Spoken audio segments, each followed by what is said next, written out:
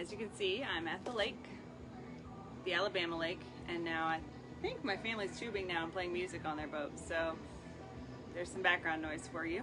I'm going to read a snippet of Stranded for you today, my almost newest release. There's another one out there, but for right now, let's just focus on one.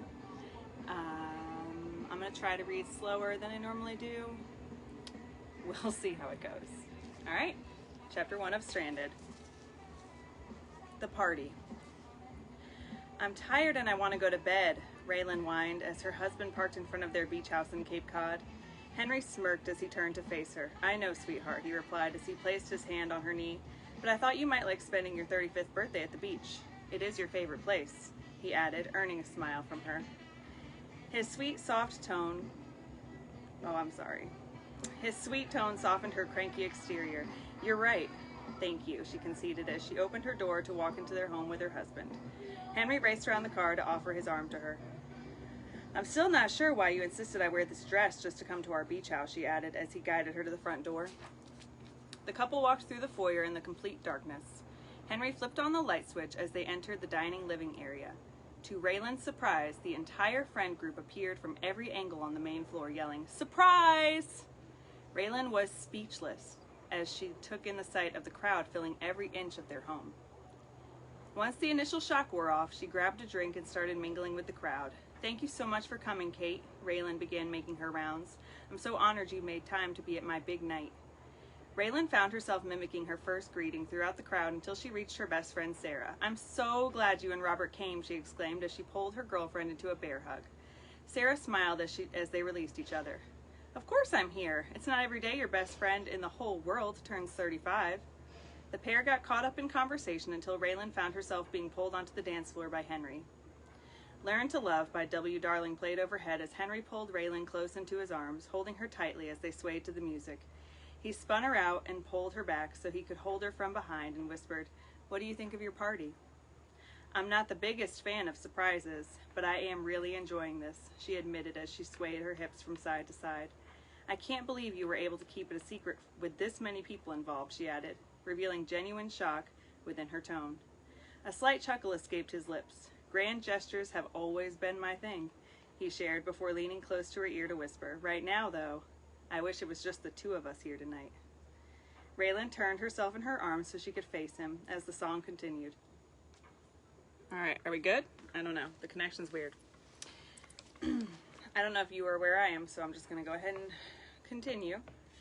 As the night went on and the party fizzled, Raelynn and Henry remained with their two closest friends, Robert and Sarah Carter and Stuart and Lane Barnett. The six sat outside on the deck enjoying each other's company. My darling, Henry interrupted the conversation's flow, I have one more gift for you, and it includes this entire group, he shared as he passed her a card. Raelynn opened it and found tickets to Cage Dive with Great White Sharks. Y'all, there is literally my own little tickets I made for the story. You probably can't see it very well there. Maybe I'll share it as like a post after this. We're all going, Raelynn exclaimed excitedly. Diving with great white sharks had always been one of her biggest dreams. Sarah was the first to respond. Yes, she shrieked. I'm not going to say I'm thrilled at this idea, but I love you, so I'll do it. Agreed, Robert, Lane, and Stuart said in unison.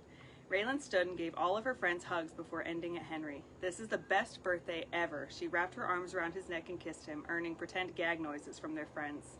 Once she released him, she whispered, "Thank you." Stuart spoke up, ruining the moment.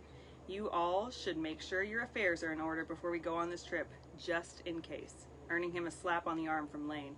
Robert shook his head. We'll be in a cage. There is nothing to worry about, he clarified for anyone who might have gotten an extra case of the nerves after Stuart's unnecessary comment. Lane stood, pulling Stuart up with her. We should head out, she stated. Nonsense, Henry interjected as he stood as well. I made sure the guest rooms were ready for you guys. The couple shrugged as they got up to head to their rooms, each giving Raelynn a hug before they departed, leaving her and Henry alone. This is too much, Raelynn thought out loud. What did I do to deserve such a great man?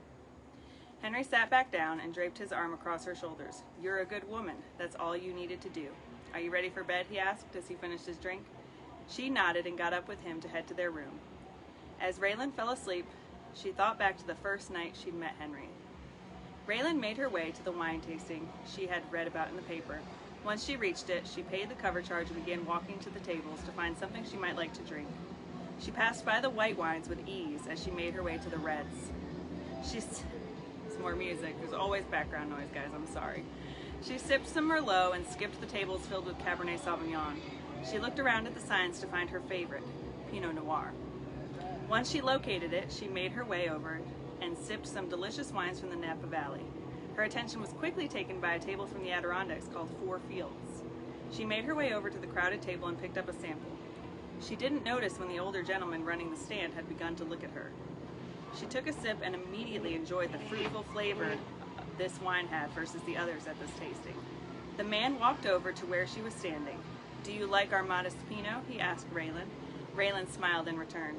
"It's the best I've ever tasted. Can I buy a bottle, please?" she asked as she pulled out her wallet. "Unfortunately, there's no bottles for sale with me today. I am looking to distribute this in the city, but wanted to see how people reacted first," the man replied. He was an older gentleman, but still very attractive. He was dressed in a simple blue button-down with black trousers, magnifying his eyes and his hair, which had just a touch of gray scattered in the dark brunette. Raelynn sighed. "That's too bad. I'll have to look and see if I can order some offline. Thanks for the sample," she finished as she began to walk away. "Miss, I happen to have one bottle that you can have if you take me out for the best coffee in the city," he finished, stopping Raelynn in her tracks. "Right now?" Raelynn asked as she walked back towards the table. "Of course," the man answered. "Bob can run the table." Raelynn smiled at the older gentleman's flirting. "I agree to your terms, but I'm not going for coffee with anyone if I don't know their names," she said with a smirk. "Forgive me," he responded as he came out from behind the table to join her. "I am Henry Kimble, proprietor of Four Fields," he finished as he took her hand and placed a gentle kiss upon the back of it. Raelynn blushed as she slowly pulled her hand away. "Nice to meet you, Henry. I'm Raelynn Montgomery," she introduced herself with a smile. "Lead me to the coffee," Henry said as they began walking. Raelynn joined him as she guided him to her and Sarah's favorite coffee spot in town. "So, you had Pinot at the table, but what is your favorite wine?" Raelynn asked as they made their way to their destination. "Pinot is my favorite, and I also like a nice Riesling. What about you?" Henry asked in return. Raelynn shivered slightly before answering. "I love Pinot Noir, Rosé, and Moscato. Don't judge me on the last one. It was kind of my way to adjust to wine drinking," she finished, slightly embarrassed. "I've enjoyed my fair share of cheap wine, I promise." "Are you cold?" Henry asked as he noticed Raelynn shiver once more. "Not at all," Raelynn replied, lying as her lips quivered. "No need to be so brave," Henry said as he removed his outer jacket and placed it on Raylynn's shoulders. "Thank you," she replied as they came up on a Bronco. "This is it," Raelynn said as she made her way to the door. Henry rushed ahead and opened the door for her. "Ladies first," he insisted. Raelynn gave him a small smile as she made her way to the table, and the two sat down waiting to be served. "What can I get you?" the waiter asked as he approached Henry and Raelynn at their table. "I'll have an iced white chocolate mocha," Raelynn replied with a smile. Henry gave her a questioning look before he ordered. "I'll take a black coffee, thanks," he said as the waiter wrote down their orders and walked away to get their drinks. Henry looked across the table at Raelynn. "Did I just hear you ordering a cold drink after watching you shiver outside?" Raelynn grinned back at him. "I prefer to be cold," she explained. "It's kind of warm in here, so I wanted something cool." Henry shrugged. "Well, if this coffee is indeed the best in New York City, then I will be wanting to take you out tonight," he announced confidently.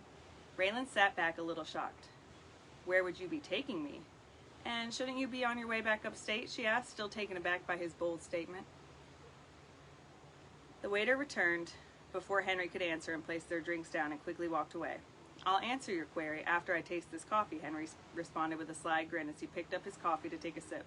Raelynn watched as Henry's face turned to delight as he drank a second sip of his beverage. "You like it, don't you?" she asked, wearing a smirk of her own.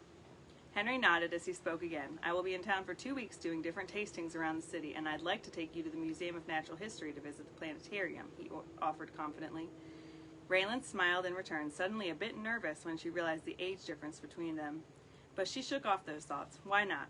"Here's my address. Pick me up at 7, she said.